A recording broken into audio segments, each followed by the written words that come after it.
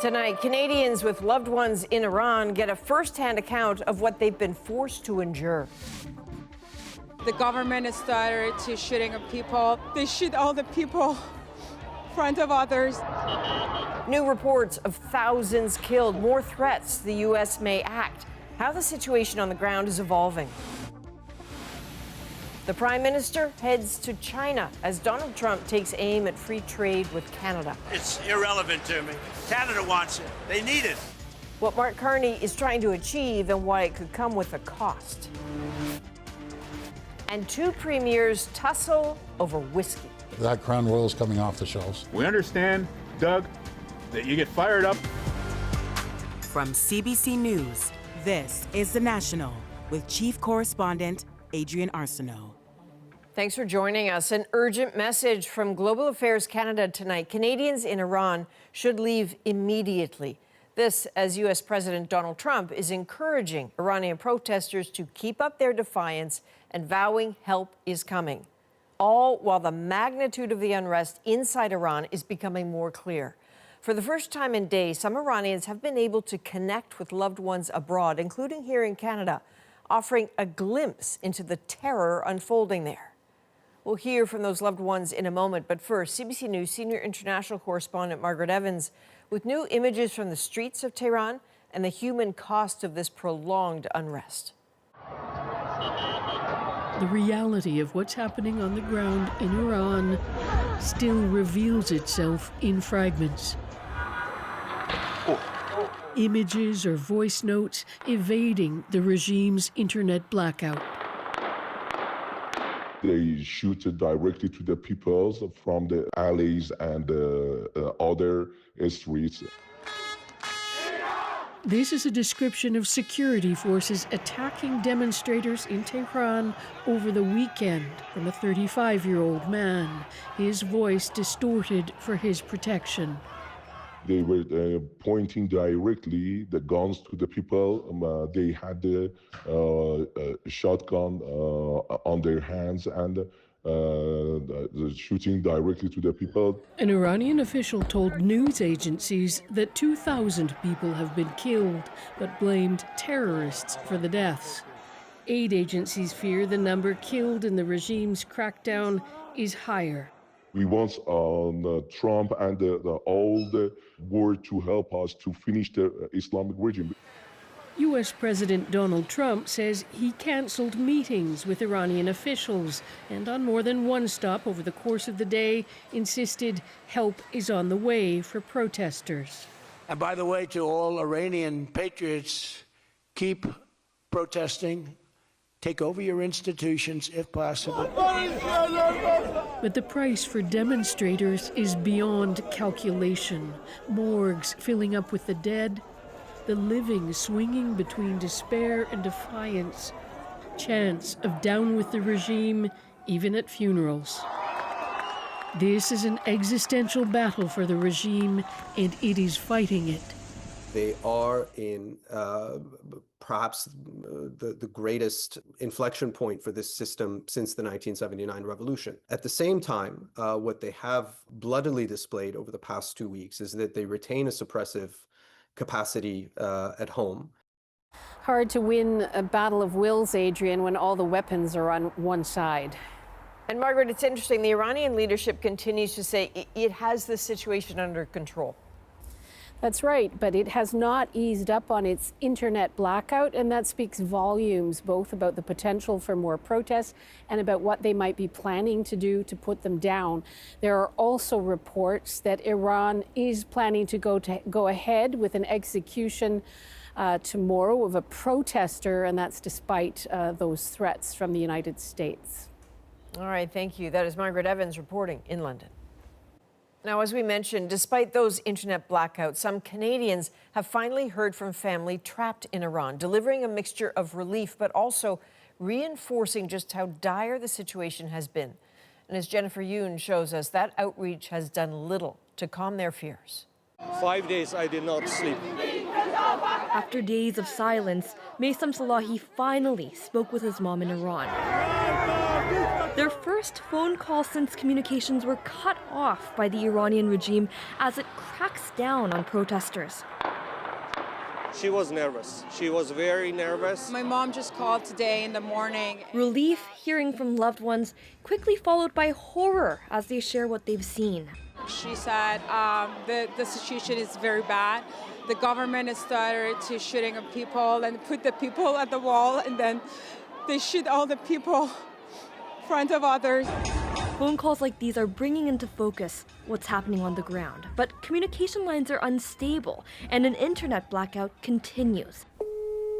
It's left many still cut off. Yeah, nothing will happen. We can't connect with our loved ones, but we know there is massive killing happening. I haven't received a single text to know if our family is alive or not, says this woman. So she's taking to the streets in Montreal in support of regime change. Regime change for Iran! Iranian Canadians also gathering in Toronto, some demanding U.S. military intervention. Send help, send gun, send support for us. Those who are speaking out in Canada say they're facing threats online. I'm gonna find you somewhere in Toronto. Like this young man who's been posting in support of the protesters for the last 2 weeks. It just makes me feel that, like, I do not even have safety in here. One cybersecurity expert says it's an intimidation tactic. The Islamic Republic wants to scare us. Everything they can do, they will do. But Iranian Canadians say that's nothing compared to what those in Iran are facing, and they'll keep speaking out. Jennifer Yoon, CBC News, Toronto. Prime Minister Mark Carney is en route to China tonight, flying into some tricky trade talks. The two countries locked in a tariff standoff involving EVs and canola. But as Kate McKenna explains, Canada's trade tensions with the U.S. could also be a factor. As the Prime Minister takes off on a 4-day trip to China, Donald Trump reminded Canadians why. Touring a Ford factory in the birthplace of the American auto industry, he threatened the death of the auto pact. We don't need cars made in Canada. We don't need cars made in Mexico. We want to make them here. And that's what's happening. Everybody's moving here. From Canada, they're coming here. Adding he doesn't care whether the free trade agreement with Canada continues. It's irrelevant to me. Canada would love it. Canada wants it. They need it. That imbalance is pushing Mark Carney to thaw relations with China, a country he once labeled Canada's biggest security threat. The Chinese Foreign Ministry spokesperson says China-Canada relations have been gradually improving since last year, but it's a delicate dance. I'm very concerned, and so are my friends in Michigan concerned. A key point of friction, trade and tariffs. Canada matched the U.S. in 2024, slapping a 100% tariff on Chinese electric vehicles. China hit back with levies on Canadian seafood, pork, and canola. It's been very difficult. China is our second largest customer, and so they're very significant. We can't replace them very easily. Any move to lift the EV tariffs now would put Canada out of sync with the U.S., and Ontario's premier says it could hurt Canadian auto jobs. It would not be good for Ontario and Canada, and it sure the heck wouldn't be good for the U.S., and it wouldn't be good when it comes to negotiating with President Trump. The MAGA movement already noticed the changing tone between China and Canada. Trump's co-campaign manager issued a warning, saying, prediction, this won't end well for Carney. Canadian officials say there could be some relief coming on Chinese tariffs, but they're unlikely to be resolved completely. Kate McKenna, CBC News, Ottawa. Before heading off to China, Carney met with coastal First Nations leadership in BC to talk about major projects and the controversial pipeline agreement he made with Alberta. I'm very focused on not just building, but how we build and how we build together. We talked about, certainly, the need for more discussion, right? That this can't be a one-off meeting, that we have to, be able to work together. This meeting notably did not happen before Carney and Danielle Smith announced their deal in November to move towards a new pipeline to the BC coast. Coastal First Nations say they made it clear today they still don't support that or lifting the current tanker ban. Well, there are reports tonight at least 6 federal prosecutors in Minnesota have resigned. Their exit said to be linked to how the U.S. Department of Justice is handling the investigation into the fatal shooting by an ICE agent. Katie Nicholson now with the expanding fallout. Another day, another clash in the neighborhood where just a week ago, an ICE agent killed Renee Good.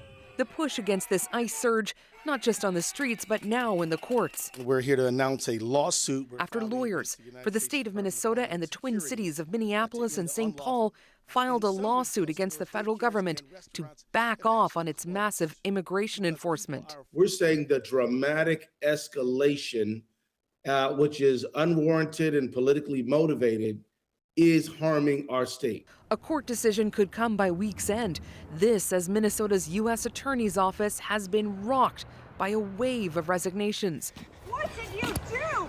Reportedly, because of the Department of Justice's reluctance to investigate the ICE agent who shot Good, and pressure to focus on Good and her widow. Nearly 3,000 federal immigration officers are flooding Minneapolis and St. Paul.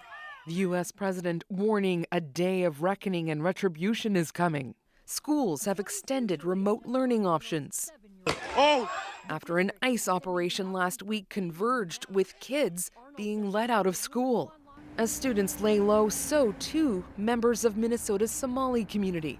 Now with another reason. The Trump administration says it will end temporary protective status for nearly 2,500 Somalis living in the U.S., paving the way for deportation. We're also going to revoke the citizenship of any naturalized immigrant from Somalia or anywhere else who is convicted of defrauding our citizens. We're going to get them the hell out of here fast.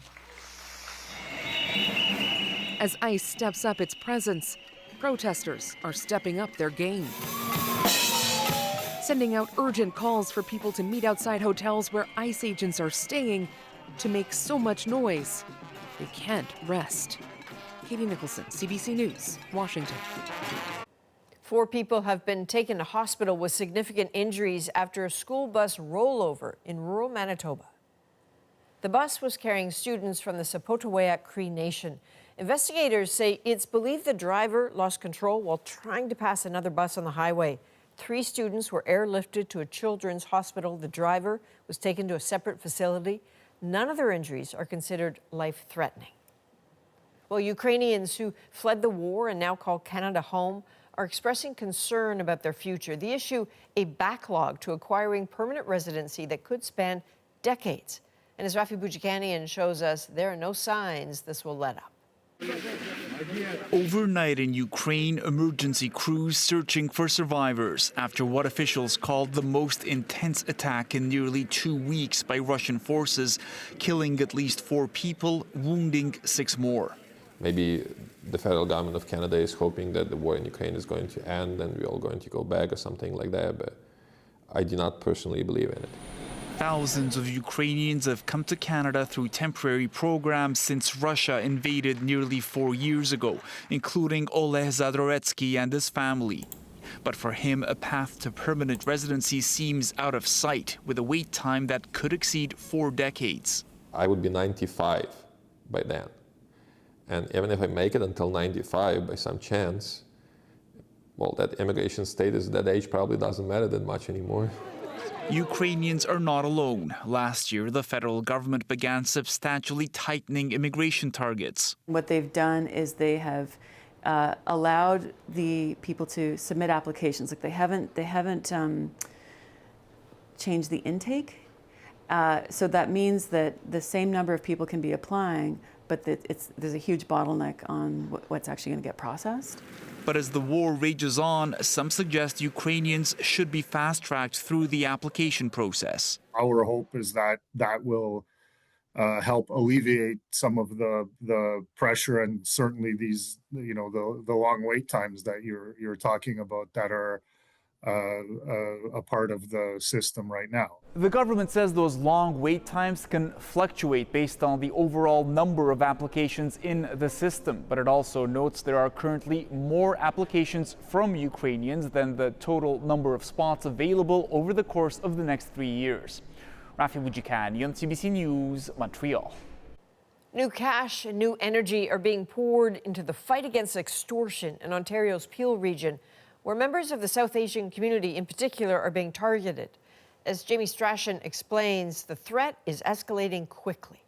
2 shots is here, 1 is over there. Manjeet Rand's farm and his home were sprayed with bullets. And with them, he says, came a demand for $2 million. We don't know what we can do now. We are just thinking move from here. Extortion attempts like this have become common in Peel region, an area home to more than 1.5 million people just outside of Toronto. The frequent target, members of the area's vast South Asian community. It's been going in the wrong direction for the last couple of years. 2 years ago, police say there were a few dozen extortion cases. Now there's nearly 500 active investigations and a dedicated extortion task force with 30 officers. It's a large, difficult, and challenging problem. Another recent target, this trucking company, also in Peel. The owner told us it was shot at after he refused the demand to pay up, adding his employees and his family are scared. The community is demanding more action, and so a summit brought together all levels of government, Ottawa giving Peel police up to $1 million to bolster their efforts. All of us here today agree that we have to stop extortion. Police say there's a lot of work to do, including tracing who is behind the calls. It's been hard to pin down a pattern or group, with many copycats emerging. Everybody's aware of the Bishnoi gang in India, which has been designated as a terrorist entity here in Canada. The name of that gang is utilized by people here to intimidate others. Police acknowledge fear in the community means many cases are never reported, but hope to change that. Every case where we've been able to arrest or charge somebody, we've completely stopped the risk and threat. We've never seen somebody physically harmed or victimized.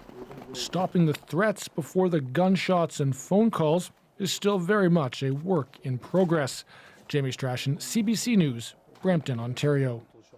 The Chinese language newspaper Ming Pao Daily News is shutting down offices in Richmond, BC, and Toronto, ending its Canadian operations.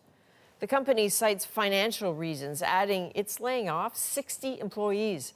The paper launched a Canadian edition more than 30 years ago. Its final paper will be published later this week. Well, a planned boycott of a made-in-Canada whiskey has premiers at odds. A toast of our Crown Royal, distilled in Gimli, Manitoba.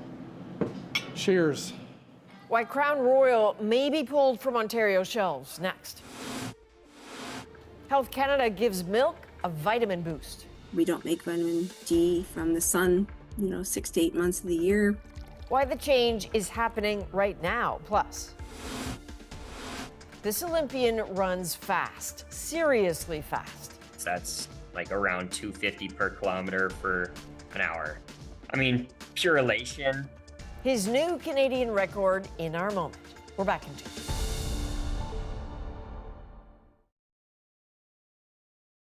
A batch of no-name frozen beef burgers is being recalled because of a risk of E. coli contamination. The burgers were sold across Canada in 1.36 kilogram boxes with a best before date of May the 5th, 2026. While there haven't been any reported illnesses, affected products, they say, should be returned or thrown away. Well, Doug Ford is not budging tonight on a threat to pull Crown Royal whiskey from Ontario shelves, even as Manitoba Premier Wab Kinew urges him to reconsider. Karen Paul's now on what is dividing the premiers. Cheers. Gimli Mayor Kevin Shudd savors a shot of Crown Royal, which has been produced at a distillery just down the road since 1968. They are not only a significant employer, but they have a significant presence.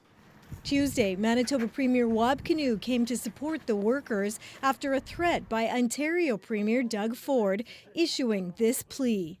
We understand, Doug, that you get fired up and you say things in public, but we also understand that you do the right thing when you have a chance to reconsider. Because this is about sticking together as Team Canada. Crown Royal is bottled in Amherstburg, Ontario, but that plant is set to close in February, partly in response to U.S. tariffs. That's what they could do. In protest, Ford says he'll pull the whiskey from provincially run liquor stores. A Gimli area Conservative MP not happy, recently posting, does Ford want to start a trade war with other provinces? I'm sure he doesn't want to see Ontario wine taken off the shelves in Manitoba. The union representing 400 workers in Manitoba and Quebec has also written Ford, asking him to reconsider. All of the Crown Royal that is on the shelves in the LCBO in Ontario, it's all produced in Canada. And if Premier Ford follows through with his current stance, he's really punishing Canadian workers. Ford says he likes Canoe. God bless him. He's doing his job. He's trying to protect jobs in Manitoba. But he's not backing down. That Crown Royal is coming off the shelves. Manitoba's premier says he's optimistic Ford will reconsider. But even if he doesn't, Canoe says he won't pull Ontario products from Manitoba liquor stores, saying it would be wrong to impact workers from other provinces. Karen Pauls, CBC News, Winnipeg. Controversial American cartoonist turned conservative commentator Scott Adams has died. Adams created the popular 90s comic strip Dilbert, which poked fun at modern office culture. The satirical strip ran until about 3 years ago, when Adams, who was a vocal supporter of Donald Trump, was dropped from syndication for making racist remarks.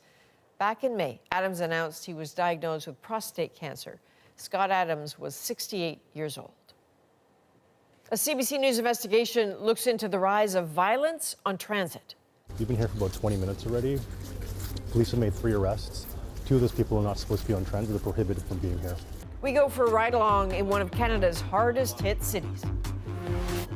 And Algoma Steel layoffs hit a northern Ontario town hard. How do I put food on the table? How do I pay my mortgage? How the Sioux is bracing for an upheaval. The National breaks down the story shaping our world. Next.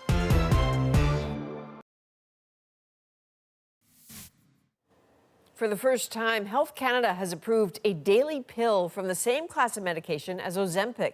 It's called Rybelsus, but its approval in Canada is specifically for adults with type 2 diabetes who are at risk of heart disease. This comes after a similar drug was approved for weight loss in the U.S. last month. Well, Health Canada has also issued new guidelines about the amount of vitamin D that must now be added to some foods. Jennifer Lagrassa on the reason behind the change. You can't taste it, but there's something different about your milk. It now has extra vitamin D. Health Canada says 1 in 5 Canadians aren't getting enough. The reality is we live in Canada. We don't make vitamin D from the sun, 6 to 8 months of the year. And you're likely not getting enough from your diet either. But vitamin D is essential, say experts. Its primary use is really helping us to absorb calcium into our bones to make, strong, healthy bones and teeth. For decades, milk producers have been mandated to add vitamin D to milk and some other products. As of December 31st, Health Canada roughly doubled the amount for milk, goat's milk, and margarine. Yogurt and plant-based drinks are also allowed to include vitamin D, but it's not mandatory. I take D drops, and I don't buy food with added D, just because I feel like I get it in food and I get it in my supplement. In the winter, of course, you can't really rely on the sun, and so I take vitamin D every day. For children and adults, Health Canada recommends between 10 to 15 micrograms a day of vitamin D. That number is higher for people who are older. While taking a supplement helps, experts say here's how else to meet the target. You should take around 4 to 5 dairy products a day. So that means 2 to 3 glasses of milk plus some yogurt or a portion of cheese. But experts caution you shouldn't have more than 100 micrograms, equivalent to 20 cups of milk per day or multiple vitamin D pills. Vitamin D intoxication is very, very rare. Health Canada says that if you don't consume products with vitamin D on a daily basis, you should be taking a supplement. Jennifer Lagrassa, CBC News, Toronto. Now it's time to dig deeper into the stories shaping our world. Devastating layoffs in a tariffed industry. A northern Ontario steel city embraces resilience. I don't believe the city's going to shut down. I think Sault Ste. Marie has got strength. How the Sioux is trying to refocus and redevelop. But first. It was then after I sat down that he started becoming violent and attacking me. A rising crime wave on Canada's subways, buses, and LRTs, including in Edmonton, where transit system assaults have increased 260% in the past decade. Eric Cito from CBC's Visual Investigations Unit joined Edmonton Police on their nightly transit ride-along. City Police, wake up! So this is one of the most dangerous transit systems in the country in Edmonton here. We've been tracking the rise of violence across the country here. It's seen a huge increase in the last 10 years. What we're trying to figure out right now is who's committing these crimes, who's causing this violence. Right now you're under arrest for the warrant, you understand? Pascal here was banned for 2 years for a robbery offense, so banned on transit. We've been here for about 20 minutes already. Police have made 3 arrests. 2 of those people are not supposed to be on transit, they're prohibited from being here. All the people you've encountered, do you recognize them? Oh yeah, with the exception of maybe one, they're all frequent flyers in the system. Edmonton has seen one of the biggest rises in transit violence, with assaults going up more than 260%. Bro, beat his ass. Yeah! And the worst, after analyzing thousands of violent incidents, Coliseum Station at Edmonton's north side. Is he okay? City Police, wake up! Come on, this way! We just got to Coliseum Station here. Stay awake, big guy. Found this guy. They said he's doing fentanyl. Took him outside to get some fresh air. Now he's back in it. They're trying to deal with him right now, and you can see right there. Overdose? On the night we're with police, we see a lot of disorder and open drug use. He was unconscious. They had to bring him back. Yeah, we're gonna give you a shot of Narcan, man, okay? Breathe in. But that's not necessarily violence. It's a byproduct. I mean, anytime you have, like I said, the disorder leads to violence, it's a regular occurrence, unfortunately. That's what we've been doing for the last couple of years.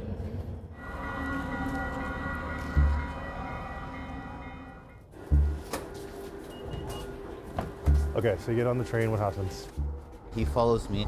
It was then after I sat down that he started becoming violent and attacking me.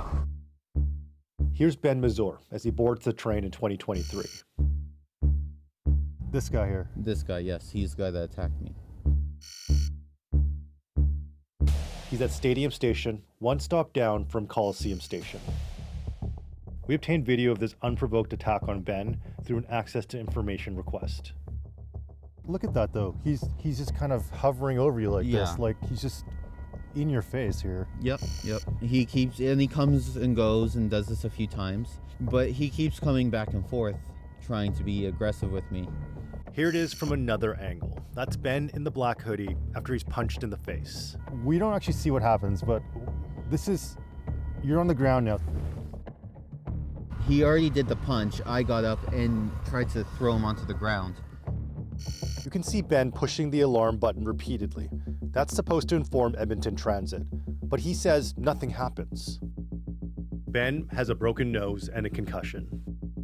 He posts on Reddit looking for witnesses because police needed more evidence. His case goes nowhere for months. This is way more common than you might think.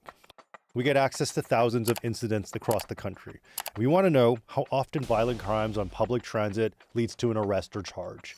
And in Edmonton, we find it's under 50%. I've heard it from frontline police officers on this, is this actually going to go forward through court? This documentary takes you on a journey across 5 transit agencies in Canada. Vancouver. David authored a report making recommendations to improve safety after doing transit ride-alongs across the country in 2023. You talk to people that have their impressions of why transit violence gone up. They always cite the most visual part of this, which is homeless people on a subway train, on a bus. Mm-hmm. Is that a reason for why there's a spike? I don't think so. People are uncomfortable about seeing homelessness in public spaces and including on public transit. Some of the questions I have with the data is, who are committing these offenses? What I've seen from my interactions with frontline staff is a lot of the times it's not random. A lot of times it's the same people really impacting detrimentally the same cohort of people in a transit space. So high system users, small amount of people committing a large number of offenses. Yeah. Edmonton police tell us that 22% of the population is responsible for almost half the crime on transit. In Ben's case, it turns out the attacker is a high system user with a criminal history going back decades. Edmonton police arrest him 6 months later, in May 2024. He was convicted and sentenced to just over 4 months in jail. In 2025, he pleads guilty to another assault charge. He was totally on something. He definitely needs a rehab, whether it be a social, a therapy rehab, or something for drug addiction. Albertans have a right to take public transit without fear. When it comes to transit violence, the province says safety, non-negotiable. So we're going to take our findings to Alberta's public safety minister. What we've heard from researchers and from police is that they're seeing the same people over and over on transit, that, these repeat offenders. We're wondering what the province can do about this. So one of the things we did is make sure we committed to 50 police officers in Calgary as well as 50 police officers in Edmonton.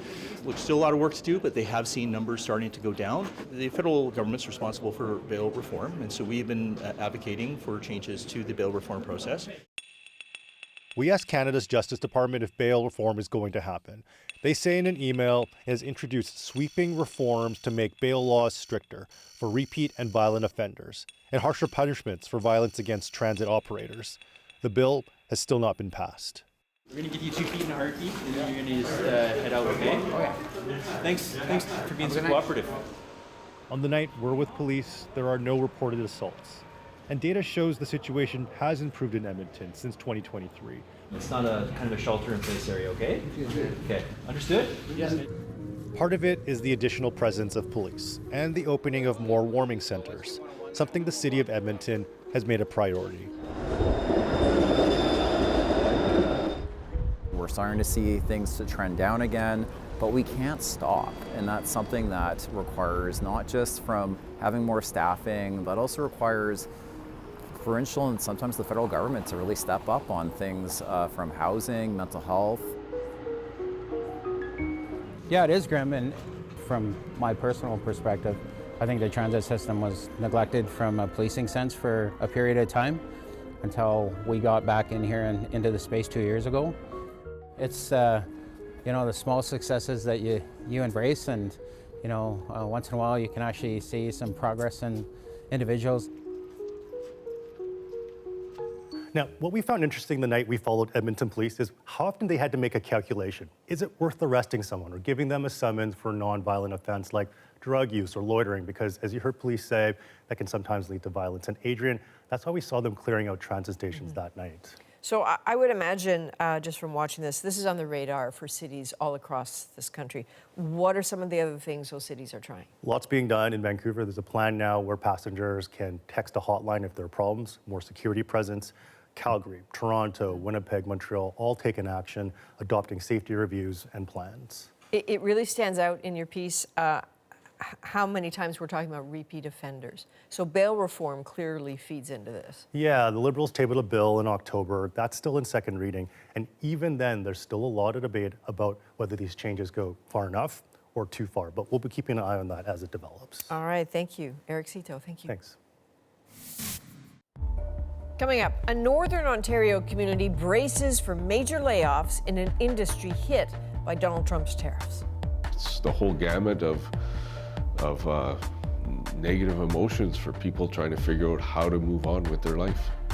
Could the lessons Sault Ste. Marie is learning help other communities? That's next.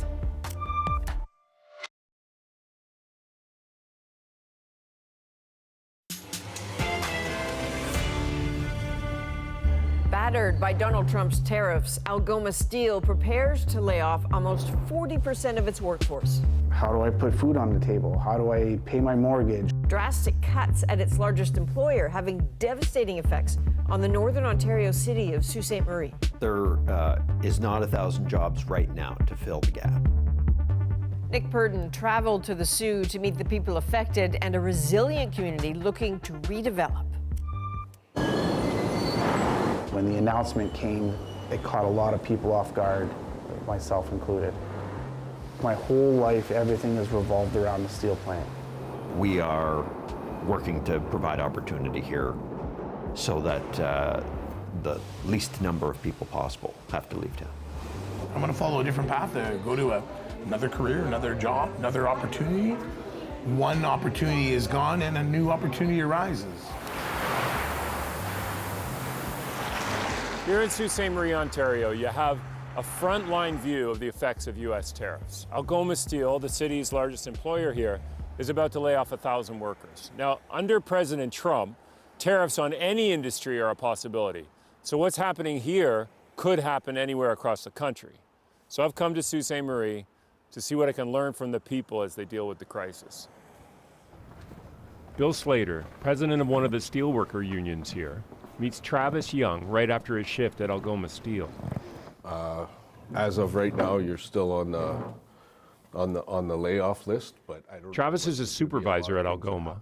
After being with the company for 15 years, he's one of the 1,000 people who'll be laid off in March. I don't think I've missed a shift. I've worked around every family event. I've even gone into work when I'm scheduled to work on my kids' birthdays. Like, I feel like I'm a good employee, and then all of a sudden, it's how do I put food on the table? How do I pay my mortgage? How do I, clothe my kids? It's all of these questions, everything's coming at you at once, and you don't have any answers. Travis is already looking for a new job, anywhere. But he knows that all the other laid-off workers are too. I know it's a stressful time. If there's outside help that you need, we can help with that too. Okay. That Algoma is letting go almost 40% of its workforce, Bill says, affects the whole company.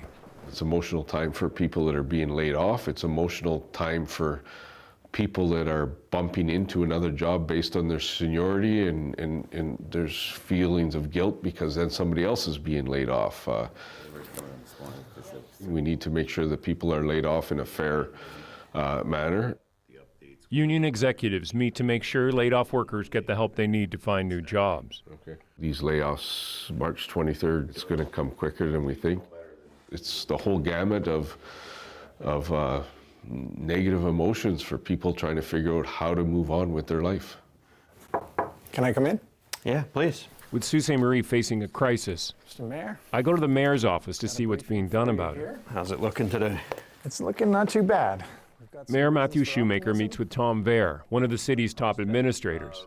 They need jobs, and fast. The plans that we are drawing up are not just to try and salvage 1,000 jobs in the community. It's try to bring 2,000, 3,000, 4,000 new jobs to the community, because that will be the overall impact of Algoma's reduction in their direct workforce. We talked to a laid-off worker who's actively searching for work outside of Sault Ste. Marie. What would be your message to him? There is not 1,000 jobs right now to fill the gap, and so I understand the need of everybody to look after their family. That's what we're all, trying to do, coming to work day in and day out. One of our key goals is to keep people in Sault Ste. Marie. I don't mean to interrupt, but on those new opportunities, obviously the port's the big one. The mayor's big bet is to speed up construction of a long-promised deepwater port here. After an investment from the federal government of $400,000 in 2024, the city just received another $230,000 to finish the development plan. The mayor hopes as workers get laid off from Algoma, they'll get hired to build the port. We could start building this port project this spring to align perfectly with the Algoma Steel layoffs if we can get the money from the federal and provincial governments to do it, and that's where our focus is. The reality is time is tight for the port project to happen. There's only a few months before the layoffs. So it's no wonder people are anxious. There's nothing left in this old steel town. No more iron running from the river down. Joseph Cargi feels it. He's a musician in town, and his father was laid off from Algoma Steel when Joseph was a kid. This is very personal. This is personal to everybody here. When my dad was laid off back in the 90s, that was a gut check, right? As a little kid, you don't necessarily know what's going on, but you can feel it. The tension's heightened. That sense of insecurity, that home insecurity, and that, where's this all going to end up? There's nothing left in this old steel. What I learned from Joseph is that layoffs are part of the history of Sault Ste. Marie, part of its DNA. They said just give us tax breaks now. Headlines always make, CEO did this, union did that. No one ever talks about the guy who's actually, or girl, who's actually going to experience and what that process is like. And that's what the song is. To honor those who've been laid off, that's what you mean. 100%. Just they're not forgotten, right? There's no one left in this old steel town. Everyone's drained till they bled right out. Down, down, the economy drowned. Down, down, with another working town. The song is about the generations of families who worked at the steel plant and over the years were laid off. That's Frank DeMarco's story. His father, grandfather, and great-grandfather all worked at Algoma. And after 18 years, Frank's being let go. It's a tough one to kind of admit. Maybe the failure? I failed at that. I failed at my job, but it wasn't me. I didn't fail. But you still own it as a person. I owned it. Very much I owned it. Yes, I owned it. Now, Frank has been laid off 4 times over the years, twice from Algoma Steel. You might be surprised by his positive attitude. In the last 5 years of my life, I've been a supervisor at a most predominant, high-level producing steel mill. I have all this knowledge, all this training that I've been given in the last 5 years. Instead of looking at it that it's a crush to my persona. I have added value to myself. The news of the layoffs has cast a bit of gloom onto Sault Ste. Marie. How do you see the situation? We're not a ghost town. We don't have a bunch of rows and rows and rows of empty homes, and we haven't shut down. I don't believe the city's going to shut down. I think Sault Ste. Marie has got strength. We got pride, and I think we're going to do okay. For years, Sault Ste. Marie, like much of Canada, has relied on the U.S. market. Now that's uncertain. And the need to pivot and change is something many of us face, especially workers like Travis Young, who only has a couple of months before he loses his job. How's things going? It's rough. You finish your shift, you go home, and that's rough because I don't know what's going on come March. I don't know where I'll be, what I'm doing. So that weighs on you. A lot of sleepless nights. What would you say is on the line for you now? My family, basically. If I can't support them here, we have to go somewhere else. Okay. Thank you. Yep. I'll do anything. I want to stay here with my kids, with my family. It's hard all around for everybody. The community, everybody's going to suffer with this. So you may have heard that the U.S. Supreme Court might issue a tariff ruling on Wednesday and that it could go against Donald Trump. But even if that happens, it won't help people in the Soo. The ruling has to do with only one type of Trump's tariffs, and they do not include steel. Well, coming up, a pretty impressive Canadian running record. Someone can break my record next week, but they won't be the first Canadian to break an hour. His dash to the finish in our moment. Next. What a strange world we live in. You ever wonder what your dog is thinking? When you're in their presence, you feel awe. How much is too much? Their slowness is actually their superpower. That is mind-blowing.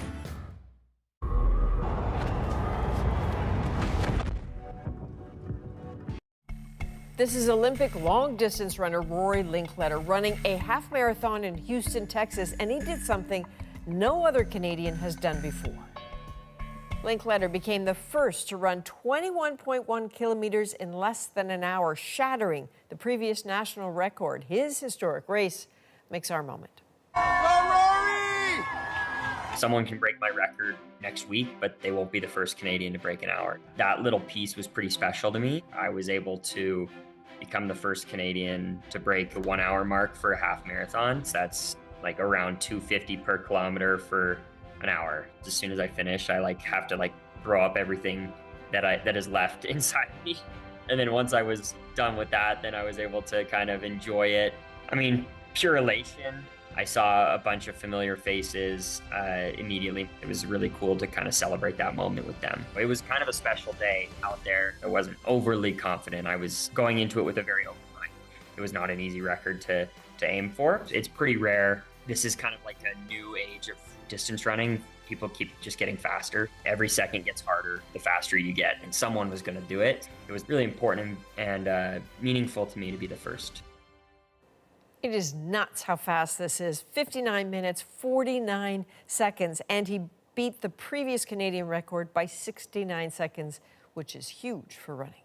From all of us at The National, thank you for being with us. I'm Adrienne Arsenault. Take care.